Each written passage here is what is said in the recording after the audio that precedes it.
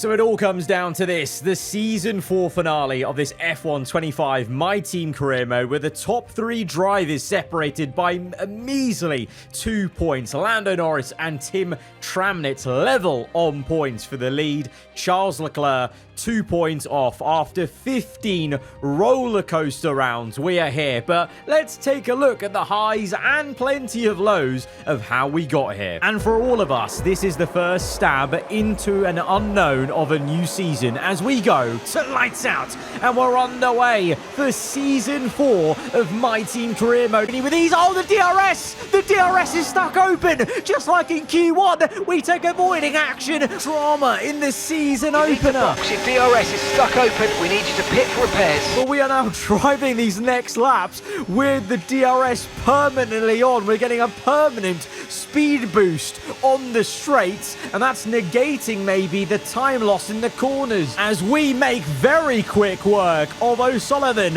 of Norris, the Renault Mercedes pair. We just overtook the other pair of Dew and Sainz, and we're up into P11. Gasly is going for one final attack, one final onslaught on the outside. We've got to get the elbow out. Gasly momentarily up to second place. Look at the icon on the bottom right. It's orange, but we're just gonna keep him at bay and see through this second place as Oscar Piastri wins into turn 1 on our first flying lap of the session as we lose the back end. And oh, what's happening? I can't move. Oh, I'm stuck. We're stuck on the curb. We've beached it. We could really go for the final podium spot in the final stages of this round. What just happened? What just happened? We're out with 4 laps to go. Our car just got blown up by the strongest bollard in the known universe. The FIA have concluded their investigation into us following our DRS malfunction and refusal to come in and pit and fix it. We got an illegal advantage, they say, and finally they have finished their investigation and concluded that we are to forfeit our workforce on the engineering department, and that Tim Tramnitz is going to face a back of the grid penalty for this upcoming race. And he was the driver piloting the car at the time, so they have found equal fault with him and with the team. It's the first time that we're having to release and reduce our workforce, so that is going to be a big question mark of how that will affect things going forward. DRS open, the Mercedes stays to the left. Lawson on the outside overtakes the Spaniard. He takes the lead of the Saudi Arabian Grand Prix for Honda. Can we do anything to close up? Sainz blocks us on the right and the left, gives us the squeeze. We won't be able to go for first place, surely. We get so close. We even give Lawson a love tap, but because of Sainz's defense, all we can do is grab second place. But I'll take it. That's an insane recovery. In the last 3 laps, we went from maybe accepting around 6th place to getting on to the podium, let alone the second step of the podium. What a recovery from the FIA sanctioned back of the grid. This seems to just be a thing now with our Porsche car in Season 4. Outstanding. This is what I say, like, even if the R&D doesn't get reset and nothing changes, I'm adamant season to season cars change characteristics, because what is this? We're just getting chronic rear wing failures every single episode we've seen. Is make a double pass on Ocon and Lawson, red flag behind us. That might just help us out actually, because that'll bunch things up. This is just a storm, a perfect storm of the right things. The red flag, higher wings, soft tire as we go from left to right. On the last lap of this sprint, last corner, we drift through the final corner and we are going to come through for some happiness for Leclerc. It's the sprint win in Miami. There's only one corner to make this move, and it's the same corner I fluffed it at a few laps ago, not being aggressive enough. But remember, on Sonoda, we were too aggressive, so we need to measure this very, very well. Lando goes to the inside. That's fine. We'll open up the door this time. We've aimed that brake zone perfectly to go right round the outside. It's going to be the sprint to the full Grand Prix win here in Miami for Chuck Leclerc.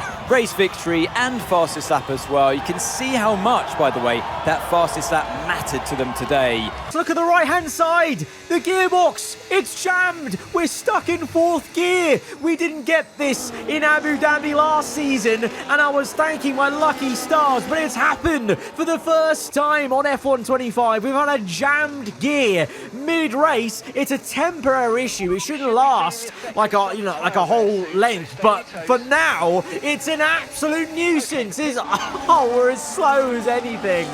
We've just waved by 3 cars. Verstappen, Piastri, Gasly. Tsunoda's basically pushing us through. Right, we've lost telemetry. In fact, we've lost pretty much all sensor information. It's being looked into now, so just bear with us for a few minutes if you can, please. Oh, brilliant, brilliant. 2 major problems in one single day of action for this car now. The DRS issue, the failure, and now a sensor fault taking out all the telemetry in the garage, on the pit wall, and more importantly, the on-screen sensor telemetry. I've got nothing on my screen.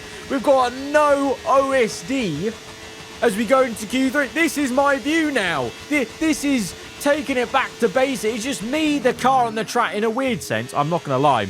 There's some sort of aura about playing the game like this where there's no on-screen display. I did feel very like it's just me in the car, we're at 1. It is going to be a safety car that gets deployed on lap 25. As we get into the last sector, only now have I got into DRS of Leclerc. I didn't have it going on to the last lap, and so this is deja vu from last season. So close yet so far, but this time we're the one driving as Tramnit. We watched Tramnit be the car ahead in the season before in this very position, watching him cross the line. This time it's Leclerc's turn, and that is Charles Leclerc becoming the first repeat winner of the season. Who would have thought that he would be the first repeat winner, and let alone it's a 1-2 for us. Insane.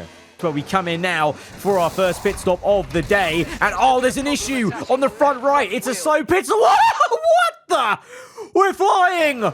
We're flying in the air! What on earth was that? That was the most bonkers glitch I've ever seen on the F1 game for some time now. Forget the slow pit stop for the front jack guy. So Tim Tramnitz on the other side of things, he's loving life. He's gone from second to now first in this race here. It's going to be, surprisingly, the reigning champion's first race win of this season. And it's going to be another different winner to add to the tally in this season 4, as we are trying to fight Norris to maintain P5. P4 gone. No DRS, no chance to catch Gasly, and now Norris is pressurizing us into the final 2 corners. No! Oh, God! Mistake for us on the rear end. The tyre wears too much. He's got us. That so typifies our entire race there. Norris getting us on the line for P5, of course.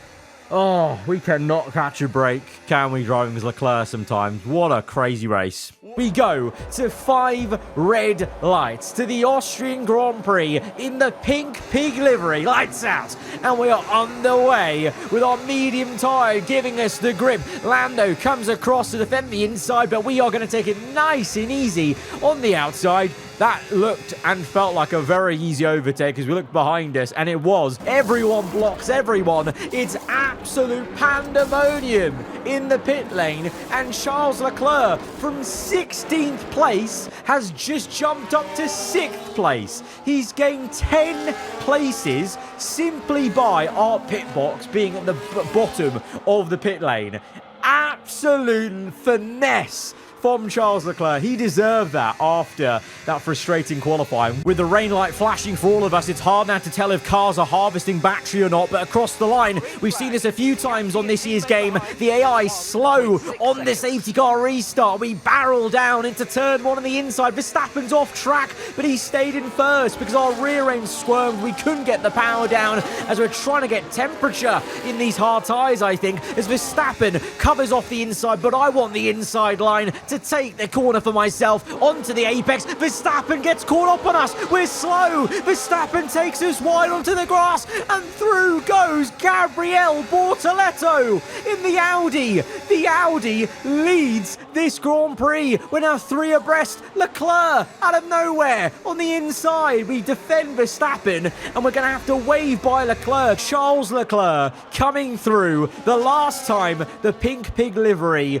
was on a Porsche in a race, it won the 24-hour Le Mans in its category. Today, it has won this Austrian Grand Prix. Leclerc wins again in the season. It's a double podium.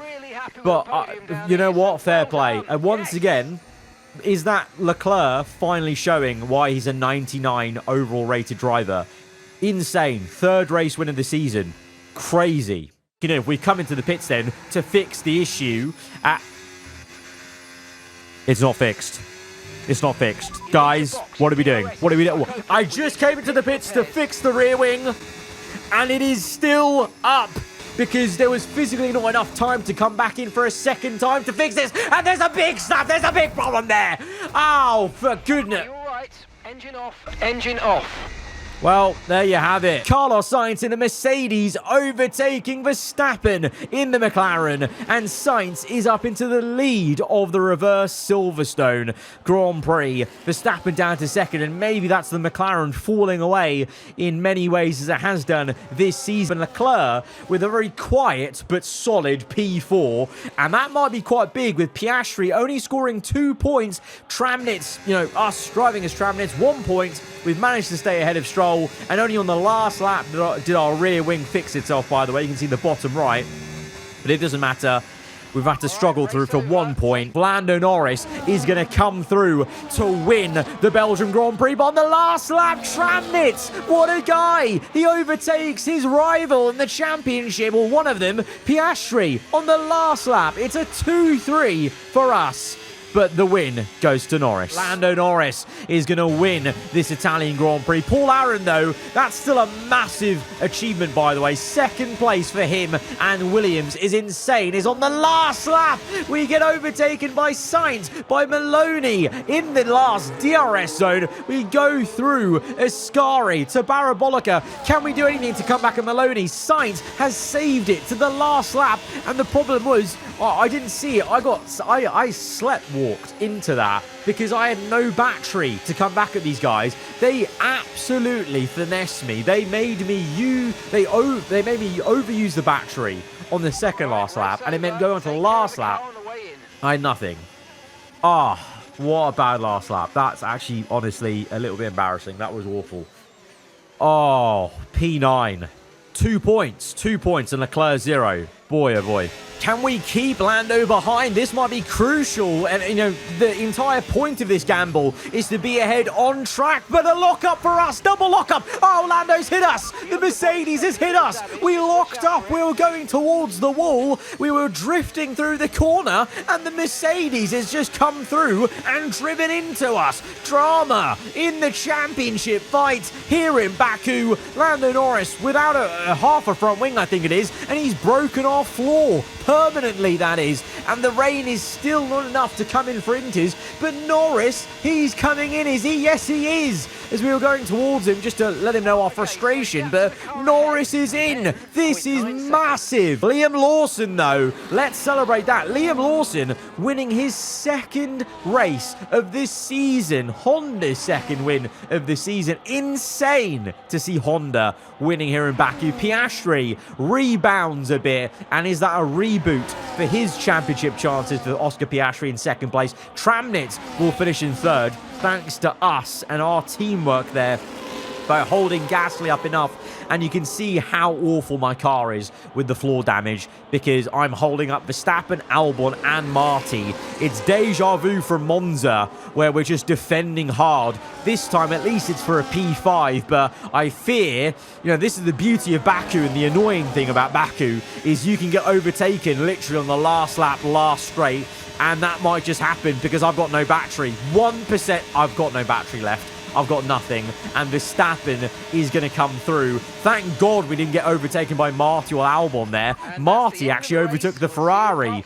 for 7th place, but we've come in 6th. Doesn't feel great, 6th place, but in reality, that's a big 6th place for us versus Lando Norris scoring 0 points, and Tramnitz even bigger with the 3rd. As we're going to try and keep Norris at bay, of course, because this, like I said, won't make or break our race weekend, but, both of us, Leclerc and Tramnitz, getting points over Norris, who's down in P5, that's always going to be a positive. We'll take that. We'll very much take that going into this one. But the Mercedes for the 2nd race weekend in a row makes contact. We take the lead of the Grand Prix, so just like that, once again, maybe the ball is in our court. We're going to be leading this race. Leclerc is up to 3rd now, and oh, that's not going to help.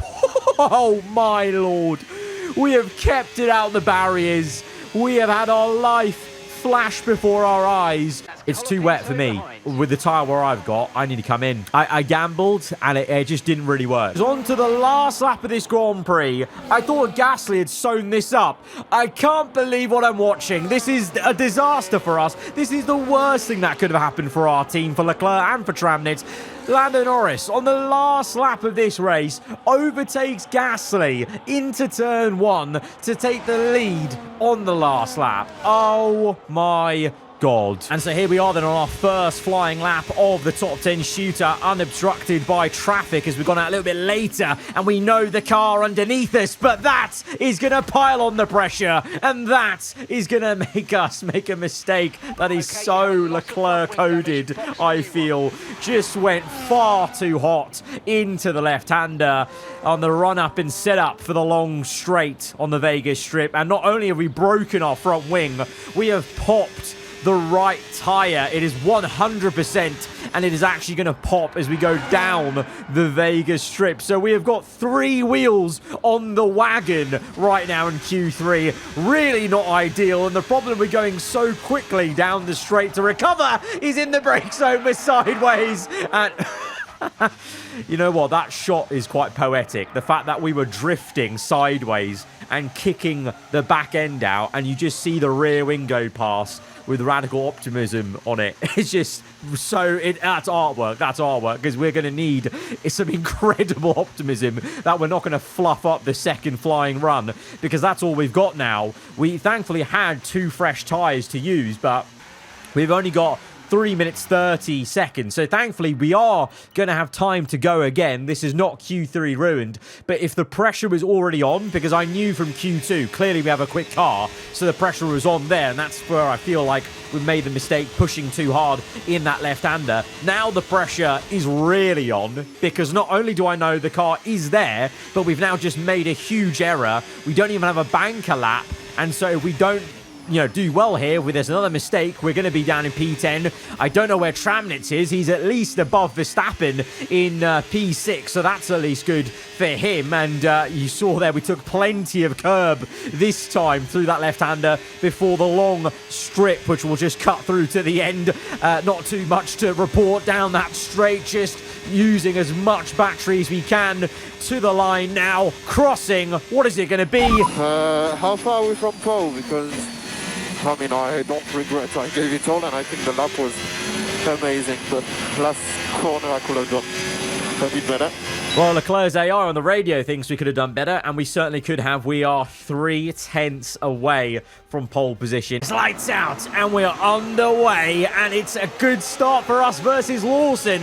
Gasly, and we're going to make the dive of all dive bombs from right to left. We've actually got into first place. There's a huge crash, though, at turn 1, and it's going to be an early red flag for the 2nd time in a row in Vegas from Season 3 to Season 4. It's a lap 1 red flag. Thankfully, though, this time I wasn't involved, because last season I got in a crash with Verstappen, and that's how. But oh, I'm sorry. I'm sorry. I know I'm praising myself, but you have to give me my roses for that overtake. But this is why there's a red flag. Oh dear. Oh dear. It is baguette on baguette violence. This is it for one final time down the Vegas Strip with over 80% tyre wear. This is for the win of this race, and maybe a good way to bridge the championship gap. Around the outside we go. We just about slow it down. We nearly put it in the wall as the car just wouldn't stop.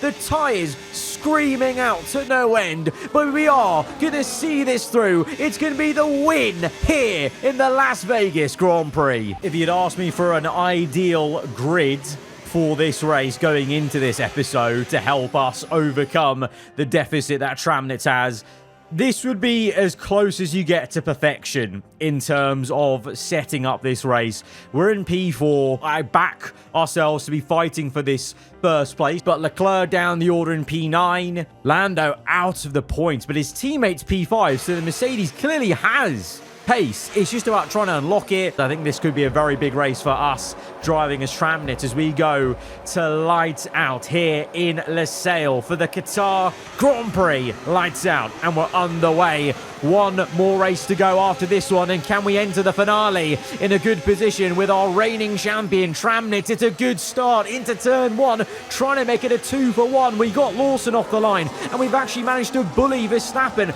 off the apex to get into second place.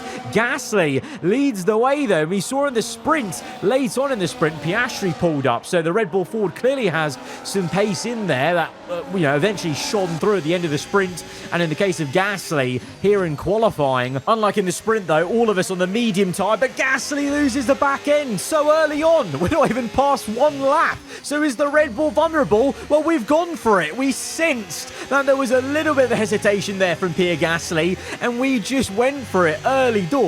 It's a disaster for the championship leader. Norris now under 1 second. Lap 26. He is there. He's going to have DRS in the last sector now. Onto lap 27. Oh, there's a puncher. Norris is slow. I think he's got a puncher. The front left tyre is flapping about. It's going to delaminate. It's a disaster for the championship leader. Oh, my days. Oh, my day. I cannot believe our luck here. It's an absolute miracle. Miracle. The championship leader has a puncher and has to come in. So this is complete luck of the draw, and Norris's AI has come up in the red. And so on to the last lap, Norris is way down in 17th place. Leclerc, I don't know what he was, like 7th or whatever, but yes, 7th place, but we're leading ahead of Verstappen. I think we've brought Tramnitz right back into it. We're going to be level on points with Norris, for goodness sake, isn't it? As Verstappen goes wide, desperate to try and overtake us, can't quite do it. And as we come through the final corner, let's not forget, this is also our ceiling, the Constructors' Championship. For the second season in a row, we win the Constructors on this F1 25 game. Well, there you have it. And now we're here at the Abu Dhabi Grand Prix. I think that was probably the most condensed I could make the highlights reel of this season. Really, that much happened every single race, basically. And it's actually, it's a wonder how we're actually fully still in this with the amount of problems we've had operationally, mishaps, car issues. And it's maybe a testament to the resilience that this team has shown. And that resilience has got us up to not only fan rating 8, but more importantly, the Constructors' World Championship for the second time in a row. A lot of you guys were curious last episode about how things are with the R&D chart, because there's been basically no movement all season. We've got a reset, thankfully, for next season, which we're trying to, combat as much as we can. But this is the R&D chart. Really no one moving apart from Haas and BMW. Audi, pathetic. Didn't move once this entire season, even though they had so much to gain. So it's one of the things I'm hoping the reset for next season can give us, is maybe a little bit more competition with some of the quote-unquote lower teams, basically, in the chart. But yes, wrapping up a second Constructors' Championship means a slight alteration for our livery for the final race of the season. Taking some inspiration from the last one-off livery, we've now got the red wheel rims with the Duotone logo in red, also celebrating Duotone's last race as the title sponsor on the side pod. And you know what? We had to bring back a little bit of optimism on the rear wing from our last one-off livery, because we're going to need some radical optimism if we want to try and overturn what has been a very strong Lando Norris in the Mercedes. And with how close things have been, we need all the kind of good luck and good energy we need on the car itself. We've also got, you can see the 2 gold stars on the engine cover and the top of the chassis to celebrate our second Constructors World Championship. So it's still very much the base livery, but with some nice little tiny touches just to make it that little bit special for this final race. And of course, we are going to switch over from Tramnitz to Charles Leclerc to make it completely even and fair. This means we have driven as Leclerc and Tramnitz 8 races each to end this season. So it's going to be our job to try and maximize what we can for Charles Leclerc, and we're going to see what, well, the current reigning champion Tim Tramnitz can do to defend his championship. I mean, he's the one ahead of us, level on points with Lando Norris. So let's see what he can do. Let's see if we can do Leclerc some justice. Let's go to the race weekend. Welcome to qualifying. It is time to have some laps at the limit in Abu Dhabi. Heading into this last qualifying of the season with some genuine optimism because of the last few rounds. We've been really strong in Qatar, in Vegas, over 1 lap. And I think obviously the circuit suited the My Team car for sure. And I think, you know, in seasons gone by on this game, Abu Dhabi has been suited as Leclerc there looking at the rear wing, probably praying that it doesn't fail at some point in the race weekend, because I feel like Abu Dhabi might be one of those circuits where it would be pretty damn horrendous if we had a rear wing failure where it gets stuck open, as we're here now on our first flying lap. Oh, you cannot write this stuff. Oh my God. I have had enough. I have simply had enough with this team this season. What is going on? At this point, I'm sorry, 16 rounds in now, can I say it? Maybe we need to start blaming Porsche for this, because what is going on? We've partnered with them for this season, and they can't seem to function a rear wing properly. The rear wing is stuck open, and as I suspected, like in Silverstone, this is one of the circuits, unlike in Australia, where you can't really get away with a rear wing flap being open the whole time. Like in Australia, we gained a clear advantage around Albert Park, having the DRS stuck open, but you couldn't do that in Silverstone, and you can't do that here around Yas Marina. We come in straight away to fix the problem. You can see, by the way, that we have waited the entire time for the problem to be fixed. I didn't skip ahead. I'm even manually driving out the pit lane. So I've not skipped. I've not gone into any loading screen whatsoever. And yet, when we roll out the garage, the team have done nothing. What was the timer for? Drag reduction system being fixed. What was it for? What was it for? You know, in Silverstone, looking back at it, you know, I thought, okay, maybe because we, you know, went for a quick flying lap, it loaded in, you know, we used a loading screen. Maybe that's why the problem came back instantly. This time, I drove manually all the way back in, manually sat through the timer, manually rolled out the pits, and this is just proof then. The team, like in Silverstone, they did niche. They did nothing to fix this car. And so now we're left here. I went round again, and we got ourselves ready to try and drive and try and just finish a lap to see what we can do, because I basically have to live with this now. This is it. It won't get fixed, will it? If I come in again, I can come in 5 times. It won't get fixed. Oh, it's horrendous. 1.2 seconds off. 21st place. That is the kind of lap time I did with the DRS Open at Yas Marina. This is an absolute disaster. The worst possible start to the race weekend in the shoes of Charles Leclerc, going for a championship here, 2 points off, and at this rate, we're going to be at the back of the grid. this is going to be the worst possible scenario you could have ever have cooked up for this season finale, the title deciding finale for Leclerc. And yeah, we came in, we went back out again, and go figure, it's not fixed. So we went in twice into the pits and they still not fixed it. So now we go again. This time, at this point, the red mist has descended into the cockpit. So I was driving with a bit of anger. You know, the teeth are gritted, you know, clutching onto the steering wheel. So I really wrestled the car through. We actually went purple in the first sector with how much vim we attacked the first sector. But of course, you gain so much with the main straight. But in the last sector, you lose so much. I went from 7/10 up to now only 3/10 because in the last sector, there's no straight for you to gain time with the DRS open. You just lose time with the rear wing being open and losing rear downforce. So we went quicker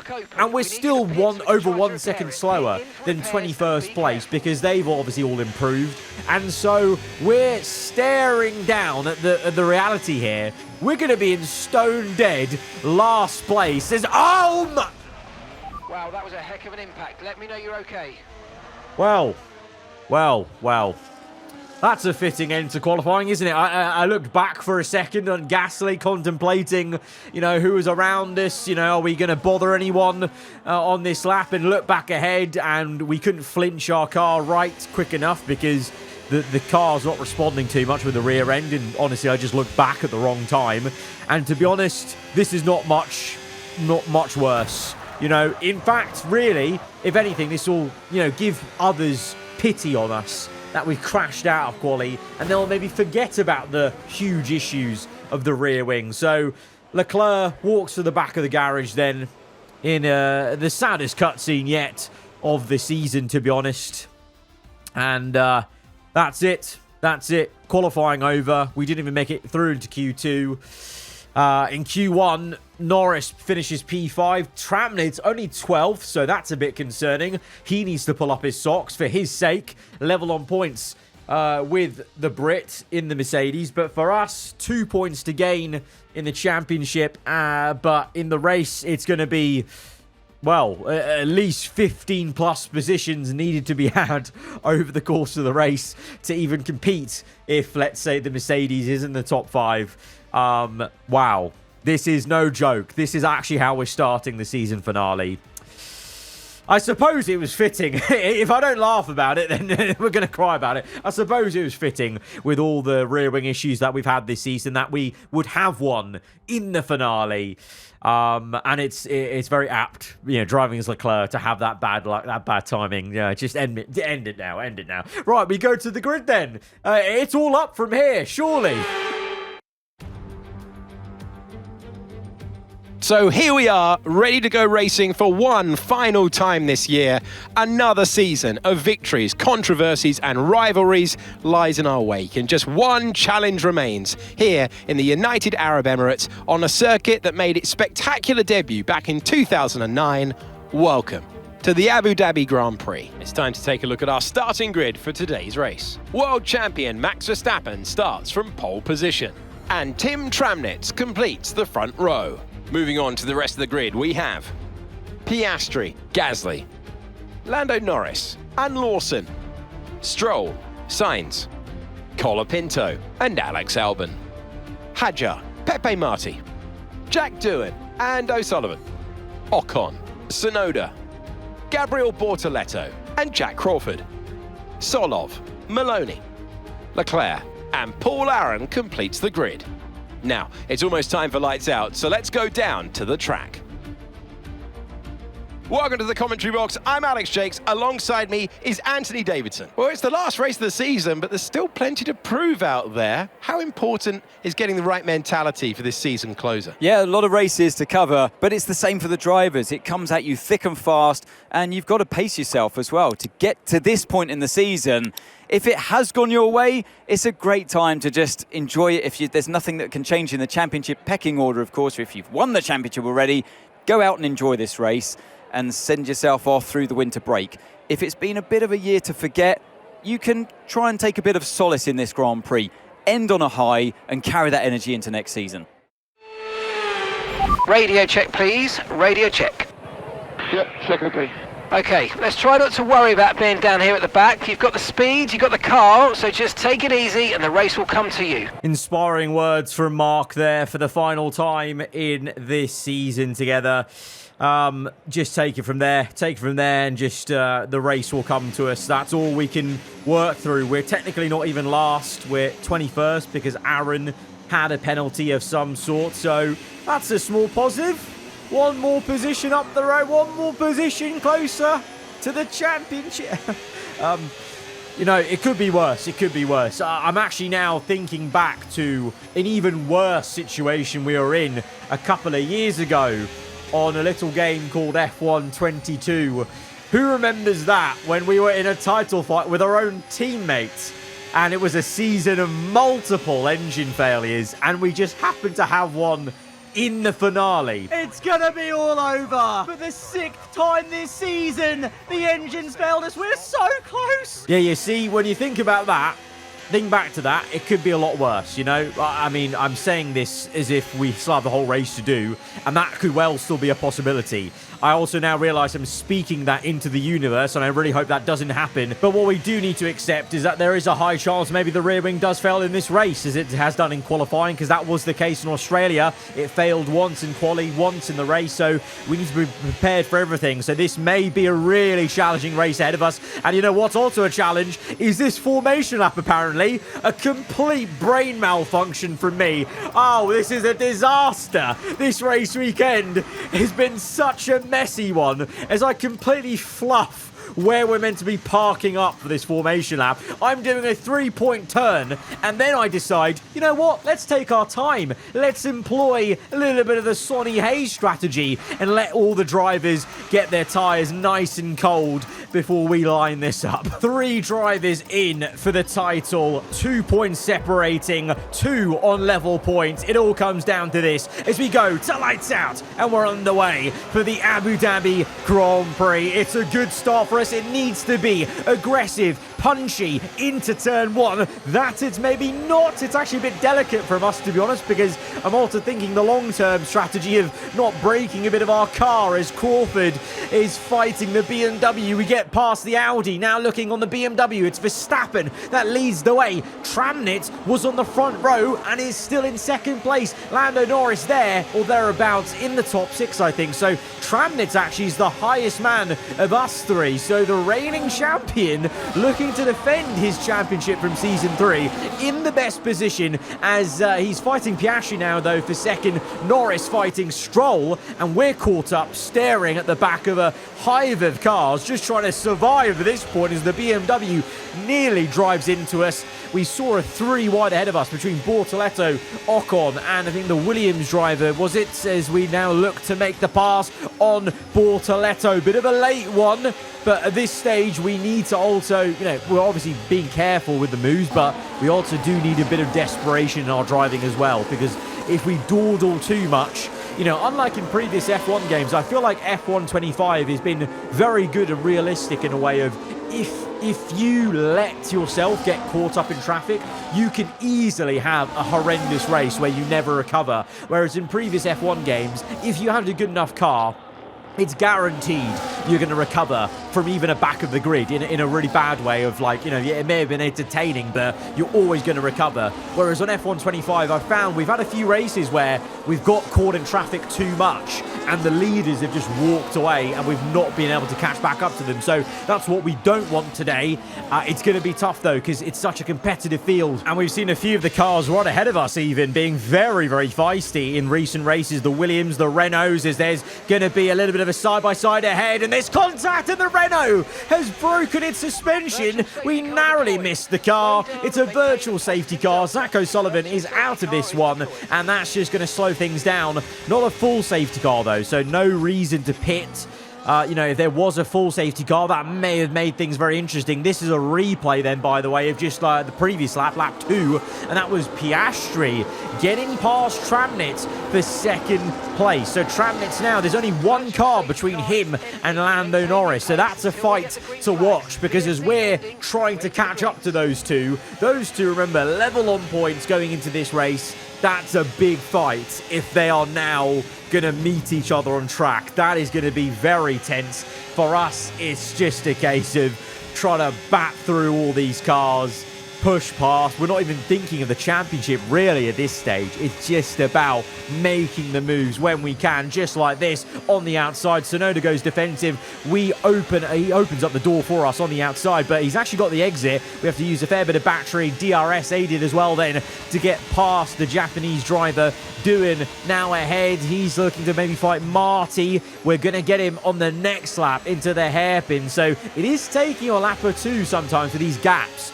to catch up to the next car. It's not like we're making 2-3 overtakes a lap. Like, that was literally one overtake, and then we have to wait till the next one to make the next one. So it's slow, but at least steady progress. That's the thing. I'll be worried if we stop making progress. But at this stage, we're at least making an overtake a lap, and at that rate, we would be catching up to where Norris is in P5, Tramnitz P3 then, so nothing's changed in the top 5 now since that overtake for Piastri as we go around the outside of Marty. It's a great side-by-side ahead between Hadjar and Albon, and it's a kamikaze dive for us as we get down the inside of the Frenchman. And ahead, it looks like there's a bit of a slow Carlos Sainz here in the second Mercedes as we try and pick at Alexander Albon in the Ferrari. Seems like a lifetime ago now that this man we're driving as, Leclerc, won a championship in this series with Ferrari. You know, who remembers that? The first 3 seasons of this, the first 2 seasons of this career, Ferrari won both the Constructors and then they won a Drivers' Championship in Season 2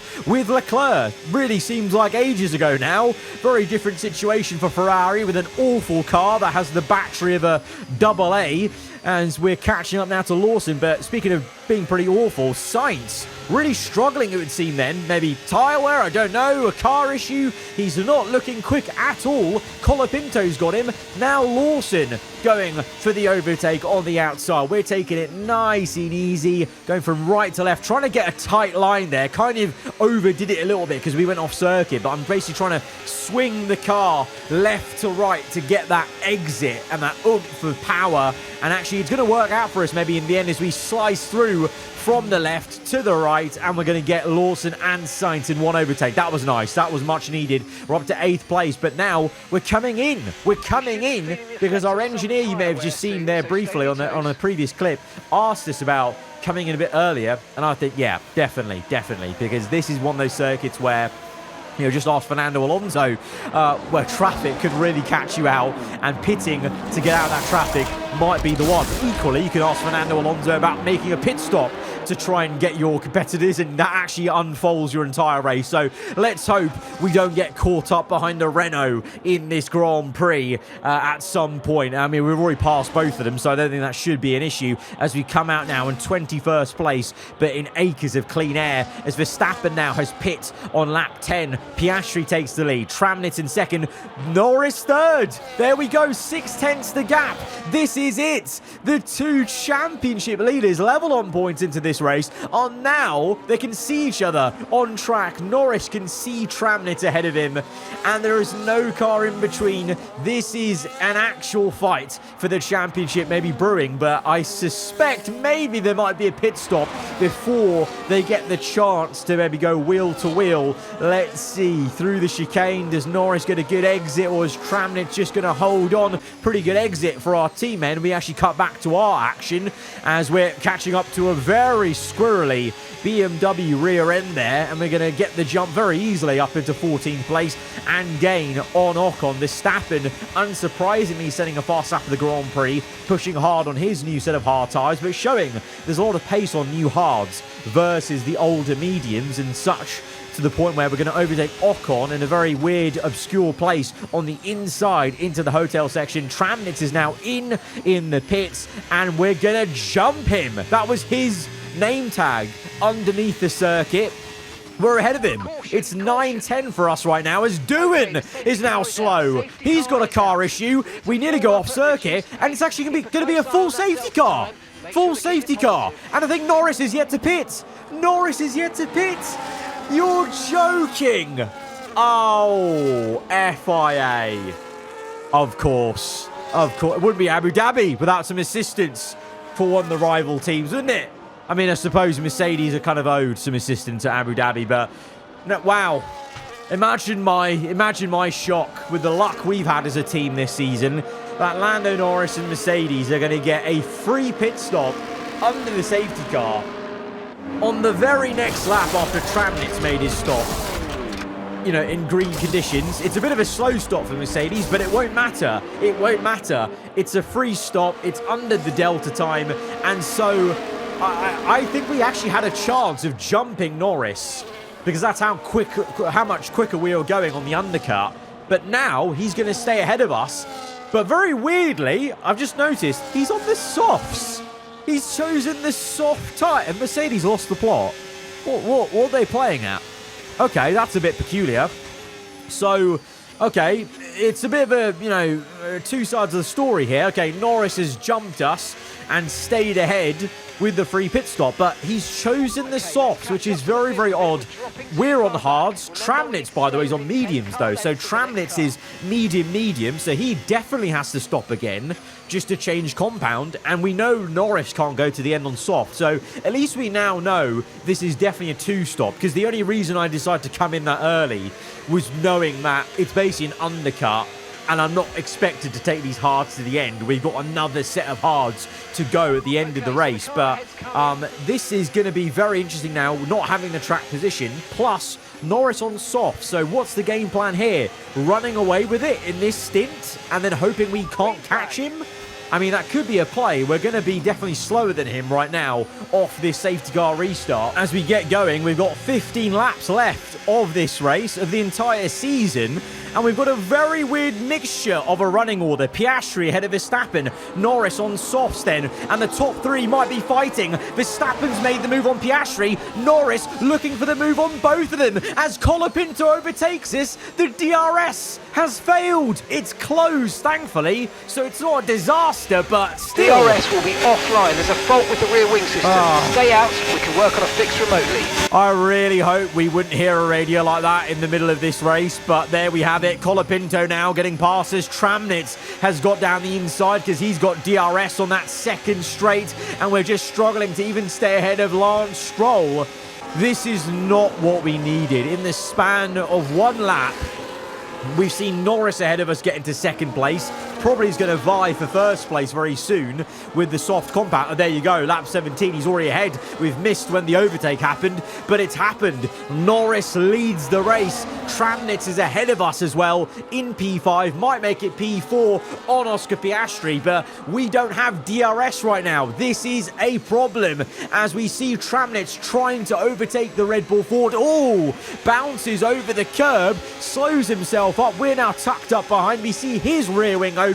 Ours cannot, but we're using all the battery we've got. We're down to single digits. Down the inside we go of Piastri. The Australian comes back at us though. Wheel to wheel on the exit. We get the elbow out, but Piastri drives right round the outside of us, and instead we have to go for the real ballsy dive into the hotel section to get it back. So had to catch Piastri unawares in that right-hander, as he did really well, to be fair, on the outside. But Norris is in then. Okay, so this is a really weird tactic. Only time will tell if this is going to work out for him. He comes in very early in this race now after the safety car period for his second pit stop. We carry on. Tramnitz is now in, only a lap after him. So to be fair, that maybe shows the awful tyre wear we've had this season compared to our rivals. Tramnitz only went a lap longer on the medium than Norris did on softs.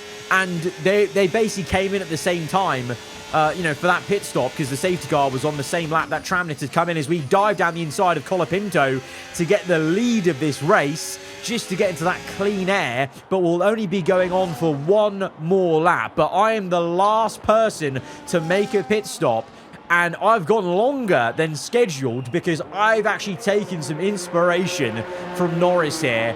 If you can't beat them, join them. I am going onto the soft compound. I think he showed us the tyre wear wasn't awful on the soft compound. It's basically the same as the medium, it seemed like, for Tramnitz. So Why not?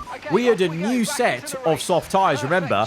Because, ironically, because we didn't go through into Q2 and Q3, we had loads of new soft tyres to use. So why not? The situation calls for a difference here, because right now we come out ahead of Tramnit. He's under pressure from Piastri, Gasly, Colapinto.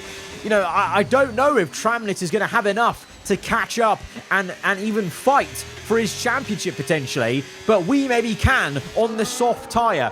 3 seconds behind the Mercedes. You know, what's that, like 6 laps to go? It is game on, and I feel pretty good about being the chaser on the soft compounder tyre. We've gone through the phase of the rear wing failure, by the way. At some point in that stint, the rear wing's now fixed, so DRS is back, it's operational, and so let's hope it doesn't break again towards the end of this race. And look at behind, Tramnit, he gets overtaken. Piastri's ahead, Piastri's P4, Tramnit's P5. Is the championship unraveling a little bit for Tim Tramnit? Or is he going to have a chance to get back into this? Because we're gaining on Lando Norris. Lap 25 now. We're under 1 second. But the problem around Abu Dhabi is this Sector 3, it's so difficult to overtake at. I mean, I know we're quite far away still, but just the nature of Sector 3 as well. You just get hit with so much dirty air. It's so easy to be slowed up and, you know, for you to concertina. And so all of a sudden, Piastri, he wasn't anywhere near us. He was outside of 1 second. In one sector, he's now in the fight. He's under 1 second. And I feel like maybe there's half a chance Tramnit could still get into this if he just carries on in P5. And if there's enough fighting going on between ourselves, Norris and Piastri, maybe there's still a chance for Tramnit. But I'm not thinking about that. I'm just thinking about my own race here, driving as Leclerc. We're trying to maximize our own race, but the problem is Piastri's right there, and that's a concern for me. Not Tramnit, but Piastri being right there. Piastri's actually closer to me than I am to Norris here. So as we gain on Lando, Oscar pulls out for the move. It's going to be 3 wide. Red Bull, Mercedes, Porsche. We go to the outside. I'm wincing because I'm just trying to give them enough room. We drift the car through the apex to get up into second place, but I really was expecting some sort of contact. Piastri and Lando kept it very, very clean. The Mercedes is down to third. Piastri gets up into second place now. We're side by side. It's deja vu. Piastri driving around my outside. This time we get the elbow out, but for how long can we keep this up? But this is good. We've got a car in between ourselves and Norris. That gives us a bit of breathing room.